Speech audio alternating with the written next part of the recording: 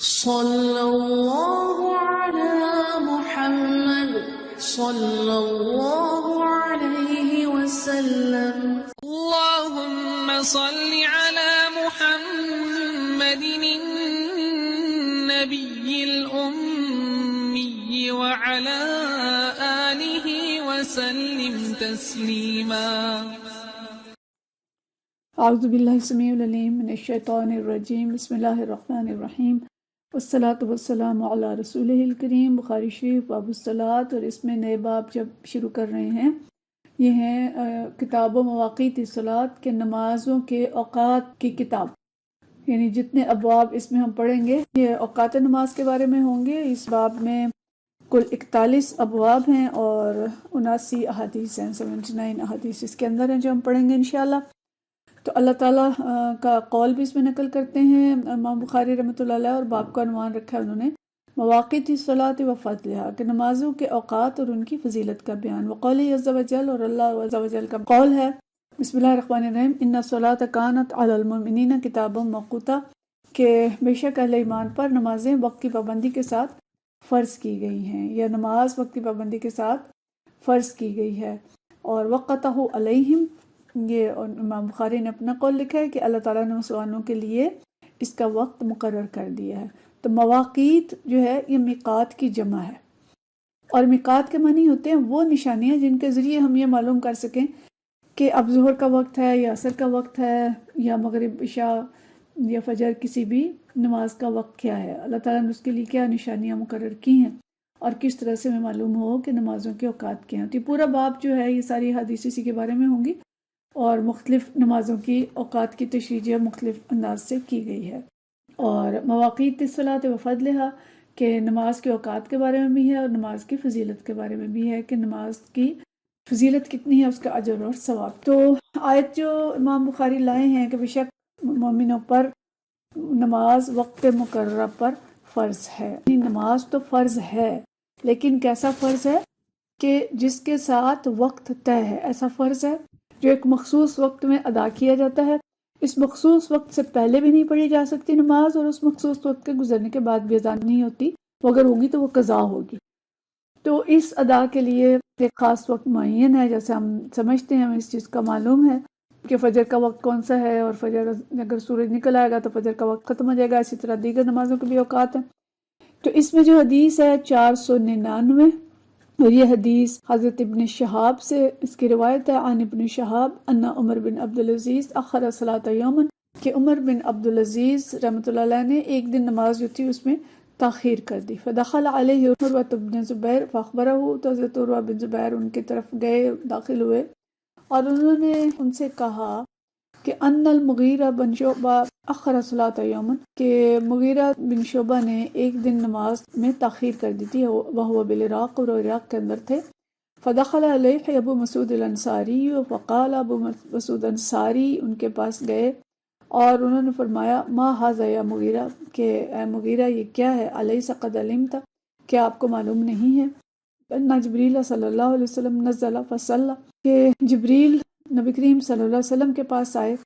اور نماز پڑھی. فصلی رسول اللہ صلی اللہ علیہ وسلم، تو نبی کریم صلی اللہ علیہ وسلم نے نماز پڑھی، یعنی جبرائیل علیہ السلام نے آگے نماز پڑھی اور ان کے پیچھے نبی کریم صلی اللہ علیہ وسلم نے نماز پڑھی. ثم صلی، پھر انہوں نے نماز پڑھی، یعنی دوسری نماز، یہ ظہر کی نماز کا ذکر ہے.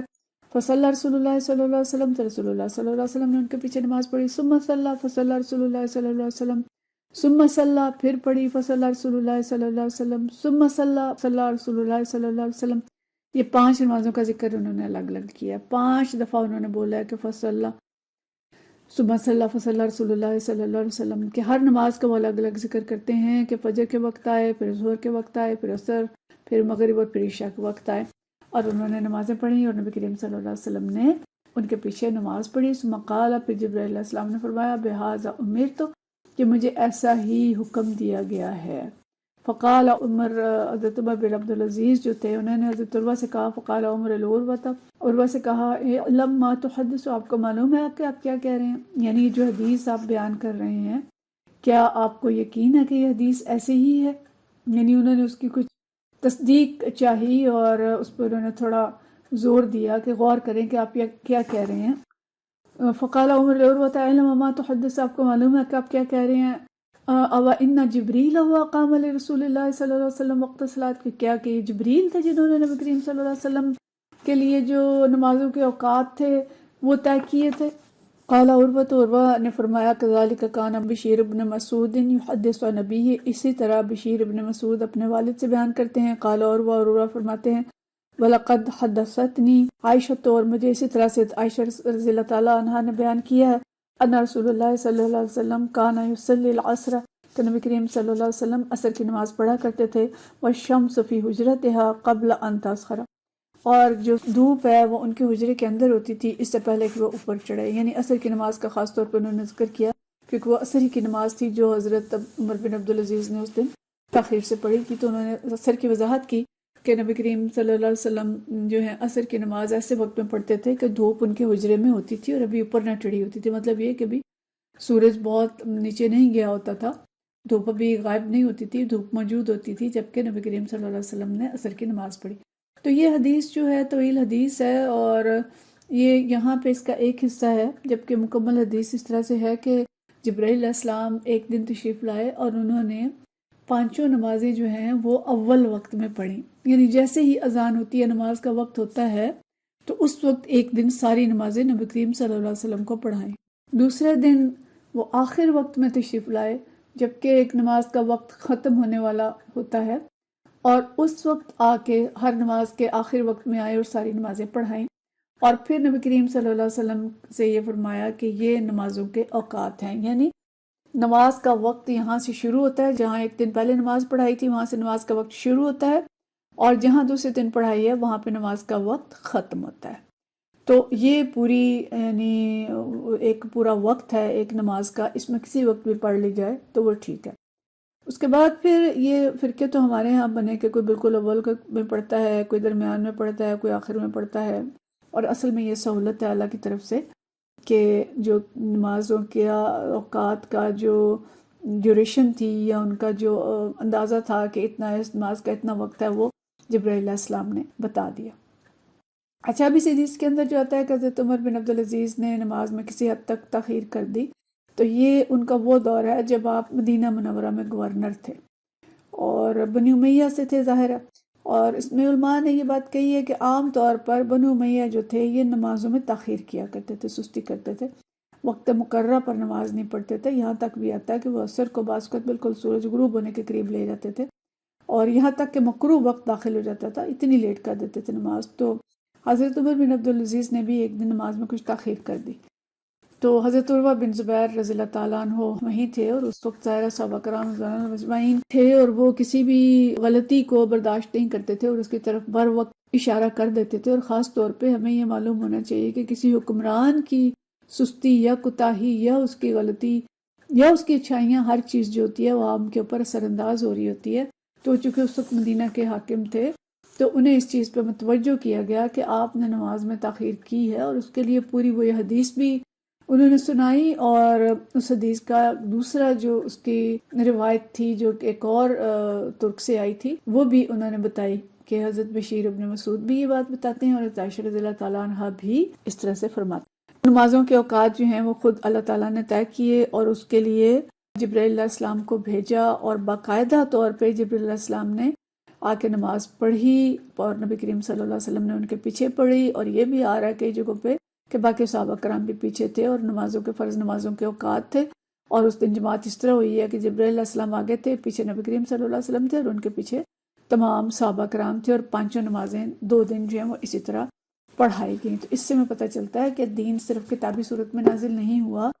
بلکہ اللہ تعالیٰ نے نبی کریم صلی اللہ علیہ وسلم کو جو مربی اور مزکی بنا کے بھیجا تھا، آپ صلی اللہ علیہ وسلم نے ایک ایک چیز پر عمل کر کے دکھایا، اور نماز اور حج اور عبادات، تمام اخلاقیات اور معاملات آپ صلی اللہ علیہ وسلم رول ماڈل تھے، اور پھر اللہ تعالیٰ خود آپ صلی اللہ علیہ وسلم کی تربیت کر رہا تھا۔ تو اس میں جو آیا کہ بہذا امرتو، کہ مجھے اسی بات کا حکم دیا گیا ہے، اس کی ایک دوسری قرات بھی ہے بہذا امرتا تاکہ زبر کے ساتھ، تو اس کا مطلب یہ آتا ہے کہ آپ کو اسی بات کا حکم دیا گیا ہے کہ آپ ان نمازوں کو، 5 نمازوں کو انہی اوقات میں ادا کرتے رہیں۔ یہ حدیث ہمارے سامنے جو ہے یہ آ رہی ہے کہ نمازوں کا بہترین وقت جو ہے وہ وہی اوقات ہیں جو حضرت جبرائیل علیہ السلام نے بتائے، اور ہمیں جو چیز پتہ چل رہی ہے کہ نماز کو وقت پہ ادا کرنا فرض ہے، وقت سے پہلے نماز کی ادائیگی درست نہیں اور وقت گزرنے کے بعد بھی درست نہیں۔ اور دوسری چیز پتہ چل رہی ہے کہ نماز کو اول وقت میں ادا کرنے کی کوشش کرنی چاہیے، جیسے عائشہ رضی اللہ تعالیٰ عنہ کا آ رہا ہے کہ سورج ابھی ان کے حجرے سے ڈھلا نہیں ہوتا تھا جب نبی کریم صلی اللہ علیہ وسلم عصر کی نماز پڑھ لیتے تھے، اور عصر کی نماز آپ صلی اللہ علیہ وسلم نے اس کی تاکید بھی کی ہے کہ جلدی پڑھی جائے۔ آگے ہم یہ حدیث پڑھیں گے انشاءاللہ۔ تیسری چیز میں یہ پتہ چل رہی ہے کہ علماء کا حکام کے ہاں جانا جائز ہے، لیکن یہ کہ اگر وہ حکام کو کوئی شریعت کے خلاف عمل کرتے دیکھتے ہیں تو اس کو دیکھ کے وہ خاموشی اختیار نہ کریں، بلکہ اس پہ انہیں ٹوکیں اور ان کی توجہ دلائیں کہ جو یہ کام آپ کر رہے ہیں یہ غلط۔ اور پھر یہ کہ کسی مسئلہ کی وضاحت کے لیے علماء سے پوچھنا بھی جائز ہے۔ عمر بن عبدالعزیز نے ان سے دہرا کے پوچھا کہ اچھا آپ کو معلوم ہے کہ آپ کیا بول رہے ہیں یا آپ کیا حدیث بیان کر رہے ہیں؟ ان کا یعنی انہوں نے اس بات پہ کیا کہ کیا جبرائیل علیہ السلام نے اوقات مقرر کیے تھے؟ لیکن ظاہر اوقات تو اللہ تعالیٰ نے مقرر کیے، تو جبرائیل علیہ السلام اللہ کی طرف سے مامور تھے کہ وہ آ کے یہ اوقات جو ہے نبی کریم صلی اللہ علیہ وسلم کو سکھائیں، تو اس لیے انہوں نے اس کی وضاحت مانگی۔ تو مطلب یہ ہے کہ علماء سے وضاحت اگر کسی چیز کی نہ سمجھ آئے تو ان سے وضاحت مانگ لینی چاہیے۔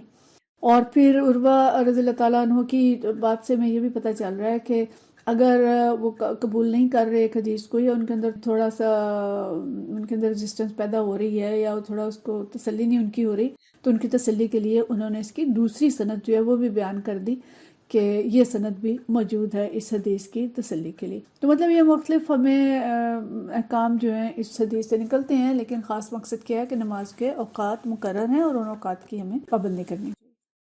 پھر اگلی حدیث جو ہے ہم پہلے بھی پڑھ چکے ہیں، یہ باب ہے منیبین الیہ واتقوہ واقیموا الصلاۃ ولا تکونوا من المشرکین، کہ اسی ذات کی طرف یعنی اللہ کی طرف رجوع کرنے والے بنو، اس سے ڈرو اور نماز قائم کرو اور مشرکین میں سے نہ ہو جاؤ۔ اس آیت سے یہ بات پتہ چلتی ہے کہ ایمان اور کفر یا شرک کے درمیان جو فرق ہے، حد فاصل ہے، وہ نماز ہے۔ اور رسول اللہ صلی اللہ علیہ وسلم کے زمانے میں ایسے شخص کا تصور نہیں کیا جا سکتا تھا کہ وہ مومن ہو اور نماز نہ پڑھے۔ آج تو ہمارے ہاں نماز کی جو شرح ہے، مکمل 5 نمازیں پڑھنے والے لوگ بہت تھوڑے رہ گئے ہیں، اور بعض لوگوں نے اس پہ تحقیق کی ہے۔ میرے پاس ایگزیکٹ اس کا وہ اعداد و شمار نہیں ہے، لیکن اندازاً یہ بات کی جاتی ہے کہ شاید 5 سے 6% لوگ ایسے ہیں کہ جو ساری نمازیں بر وقت پڑھتے ہیں۔ بہرحال مقصد کیا ہے کہ بہت کم لوگ ہیں جو اول تو 5 نمازیں مکمل پڑھتے ہوں اور پھر ان کو بر وقت پڑھتے ہوں، اوقات کے ساتھ، یا باجماعت پڑھتے ہوں، یا ان کو اس کی جو شرائط ہیں ان کے ساتھ صحیح طرح سے ادا کرتے ہوں۔ آج ہم نے نماز کو بہت ہلکا کر دیا ہے، نماز کو بہت لائٹ لیتے ہیں ہم،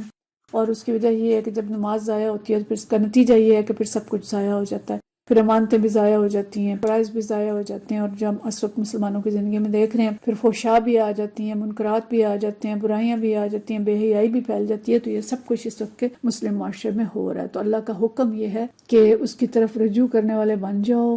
اس سے ڈرو، نماز قائم کرو اور مشرکین میں سے نہ ہو۔ اور حدیث ہے 500 نمبر حدیث کا، اور حضرت ابن عباس رضی اللہ تعالیٰ عنہ سے روایت ہے۔ یہ حدیث ہم پیچھے ایک اور باب میں پڑھ چکے ہیں، میں اس کو بس اس کی مختصر ہی بات کروں گی۔ حضرت ابن عباس فرماتے ہیں قال قدم وفد عبد القیس علی رسول اللہ صلی اللہ علیہ وسلم، کہ وفد عبد القیس جو رسول اللہ صلی اللہ علیہ وسلم کے پاس آیا، فقالوا را کے کہا ان من هذا الحی من ربیہ، ہم ربیہ قبیلے سے تعلق رکھتے ہیں، ولسنا نصل الیک الا فی شہر الحرام، اور ہم شہر حرام کے علاوہ جو حرام مہینے ہیں جن میں جنگ منع تھی ان دنوں میں، ان مہینوں کے علاوہ ہم آپ تک نہیں پہنچ سکتے، یعنی جنگ و جدل ہوتی تھی قبائل کے اندر، اور ان کے لیے کے علاوہ جو نبی کریم صلی اللہ علیہ وسلم کے پاس پہنچنا مشکل تھا۔ فَمُرْنَ بِشَيْءٍ نَأْخُذْ عَنْكَ، ہمیں کوئی ایسا حکم دے دیجیے، ایسی چیزیں بتا دیجیے جو ہم آپ سے بس اچھی طرح سیکھ لیں، وَنَدْعُو إِلَيْهِ مِنْ وَرَاءَنَا، اور جو ہمارے پیچھے لوگ ہیں، اپنے دوسرے قبیلے کے لوگ ہیں، ہم ان کو بھی جا کے اس کی دعوت دیں۔ فقال، تو آپ صلی اللہ علیہ وسلم نے فرمایا آمرکم بِأَرْبَعٍ، میں آپ کو 4 چیزوں کا حکم دیتا ہوں، وَأَنْهَاكُمْ عَنْ أَرْبَعٍ، اور 4 چیزوں سے منع کرتا ہوں۔ 4 چیزیں کیا ہیں؟ الایمان باللہ، پہلی چیز ایمان باللہ، ثم فسرها لهم، پھر اس کی تفسیر کی، اس کی وضاحت کی۔ نبی کریم صلی اللہ علیہ وسلم نے ایمان کی وضاحت کیا کی؟ شہادت اللہ الہ الا اللہ وانی رسول اللہ علیہ وسلم، کہ اس بات کی شہادت دو، گواہی دو کہ اللہ کے سوا کوئی معبود نہیں ہے، اور میں رسول ہوں اللہ کا، یا نبی کریم صلی اللہ علیہ وسلم نے اپنی شہادت اور اللہ کی توحید کی شہادت کا ان سے اقرار کرایا۔ وَإِقَامُ الصَّلَاةِ، اور نماز قائم کرو، وَإِيتَاءُ الزَّكَاةِ، اور زکوٰۃ دو، وَأَن تُؤَدُّوا إِلَيَّ خُمُسَ مَا غَنِمْتُمْ، اور جو تمہارے پاس مال غنیمت آئے اس کا 5واں حصہ تم ادا کرو، یعنی بیت المال میں دو۔ وَأَنْهَا عَنِ الدُّبَّاءِ، اور انہوں نے منع کیا دباء والحنطم والمقیر والنقیر۔ ان کی تفسیر ہم پیچھے پڑھ چکے ہیں کہ ان 4 برتنوں سے منع کیا گیا، دبا، حنطم، مقیر اور نقیر۔ تو دیکھیں کہ 4 چیزوں کا جو حکم دے رہے ہیں نبی کریم صلی اللہ علیہ وسلم، اس میں پہلی چیز جو ہے ایمان ہے، اور ایمان کی وضاحت آپ صلی اللہ علیہ وسلم نے کر دی کہ توحید کا اقرار اور نبی کریم صلی اللہ علیہ وسلم کی سنت کا اقرار، آپ کے رسول ہونے کا اقرار، اور پھر اس کے بعد جو فرمایا انہیں کہ نماز قائم کرو اور زکوٰۃ۔ تو یعنی نماز قائم کرنا، اگر نماز قائم نہیں کرتے تو گویا ایمان کا تقاضا پورا نہیں کرتے، اور نماز قائم نہیں کرتے تو دین قائم نہیں رکھ سکتے۔ تو یہ اہم ترین ہدایت ہی ایمان کے بعد کہ پہلا تقاضا ایمان کا ہے کہ نماز قائم کی جائے اور زکوٰۃ ادا کی جائے۔ یہاں روزے اور نماز کا ذکر، حج کا ذکر نہیں ہے، کیونکہ حج جو ہے وہ ان آیات کے بعد فرض ہوا ہے۔ تو یہ پھر جو مال خمس کا تذکرہ ہے کہ خمس جو ہے وہ ادا کیا جائے۔ تو بس یہ جو چیزیں اس وقت تک فرض ہو چکی تھی ان کا نبی کریم صلی اللہ علیہ وسلم نے ذکر کیا، اور پھر جس چیز سے منع کیا وہ یہ برتن تھے جن کے اندر اس دور میں شراب پی جاتی تھی۔ جو دبا تھا، یہ کدو کا بڑا سا جب کدو ہو جاتا ہے اس کے اندر سے اس کا مغز نکال کے اور خالی رہ گیا تو اس کے اندر ڈال کے شراب پیتے تو اسے دبا کہا جاتا تھا۔ اور حنطم جو ہے مٹی کا برتن ہوتا تھا، اس کے اوپر سبز روغن مل دیتے تھے۔ اور مقیر جو تھا وہ ایسا برتن تھا جس پہ سیاہ روغن لگا ہوتا تھا، اور اس کو کھجور کی لکڑی کو لے کے اس کا پیالہ بناتے تھے، اور ان مختلف شکلوں میں برتن بنا کے ان کے اندر شراب پیا کرتے تھے۔ تو ابھی شراب کی جو پوری طرح سے حرمت نہیں آئی تھی اور لوگوں کو اس سے نفرت پیدا کرنے کے لیے ان برتنوں سے منع کیا گیا، اور جب پوری طرح حرمت آ گئی اور لوگوں نے چھوڑ دیا شراب اور آپ صلی اللہ علیہ وسلم کو اطمینان ہو گیا کہ اب لوگ مکمل طور پہ چھوڑ چکے ہیں، تو پھر ان برتنوں کا جو استعمال تھا اس میں پھر ممنوع نہیں رہ گیا تھا، پھر کسی طرح کے برتن جو استعمال کر سکتے ہیں۔ لیکن بہرحال مسلمانوں کو اس سے کراہت ہونی چاہیے کہ جو خاص طور پہ آج کے دور میں بھی چونکہ شراب بہت عام ہو چکی ہے، تو اس طرح کے برتن جو اس سے مماثلت رکھتے ہیں یا اس طرح کی بوتلیں ان کو پسندیدہ نہیں رکھنا چاہیے۔ تو لیکن حدیث کیا ہے کہ نماز کے بارے میں خاص طور پہ ہمیں بتایا گیا کہ ایمان کے بعد سب سے پہلی چیز جو ہے وہ نماز ہے، نماز کی پابندی کی جائے اور نماز کے جو احکام سیکھے جائیں اور جا کے اپنی قوم کو سکھائے جائیں۔ تو دوسری بات ہمیں یہ پتہ چلتی ہے کہ کسی اہم مسئلے کے بارے میں رہنمائی حاصل کرنے کے لیے کسی قوم یا علاقے کے لوگ ایک وفد کی صورت میں بھی آ سکتے ہیں اور آ کے دین سیکھ کے جا کے ان کو سکھا سکتے ہیں۔ اور یہ بھی ہمیں پتہ چلتا ہے کہ وہ کتنے اچھے لوگ تھے کہ انہیں صرف اپنی ہی فکر نہیں تھی بلکہ اپنے قوم کی فکر تھی، اور وہی کہہ رہے تھے کہ جو کچھ ہم نے سیکھا ہے جا کے ہم ان کو بھی سکھائیں۔ اور پھر یہ مال غنیمت میں سے خمس ادا کرنے کی طرف بھی متوجہ کیا گیا، لیکن خاص بات یہ ہے کہ نماز کی پابندی اور نماز کو اپنی اوقات کے پر ادا کرنا یہ ضروری ہے۔ وآخر دعوانا ان الحمدللہ رب العالمین۔ صلی اللہ علی محمد صلی اللہ علیہ وسلم۔